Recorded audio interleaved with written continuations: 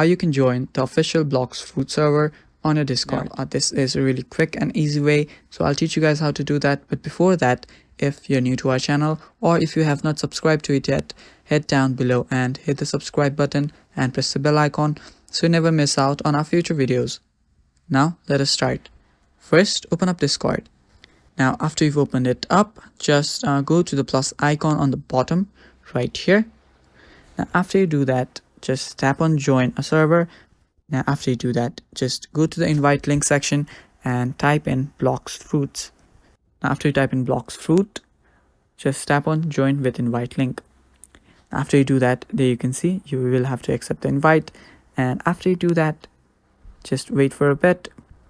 There you go, you have joined your Blox Fruits official account, official server.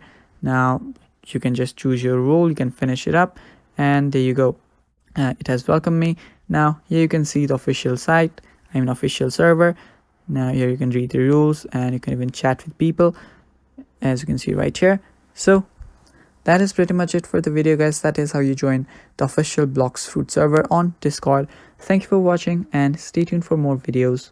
Don't forget to like the video, and bye bye, take care.